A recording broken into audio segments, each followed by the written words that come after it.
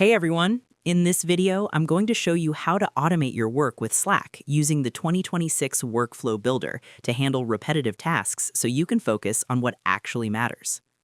Step 1. Open the Workflow Builder. In 2026, the hub for all automations is located in your sidebar tools.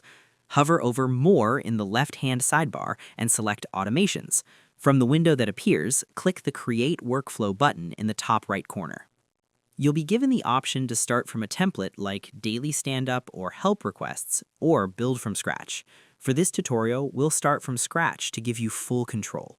Give your workflow a clear, descriptive name so your team knows exactly what it does.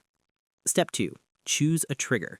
A trigger is the specific event that tells Slack to start the automation.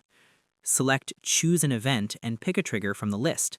Common 2026 triggers include on a schedule for recurring tasks like weekly reports, when an emoji reaction is used, great for claiming tasks, when a person joins a channel, perfect for automated onboarding. Once you pick your trigger, like every Monday at 9 a.m., click Next. Step 3. Add steps. This is where you tell Slack exactly what to do once the trigger fires.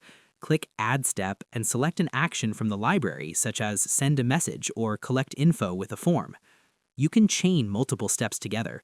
For example, you can have Slack send a form to a teammate, and once they fill it out, have that data automatically post to a specific channel, or even a Google Sheet.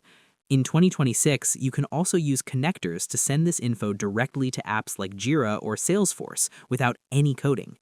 And that's pretty much it.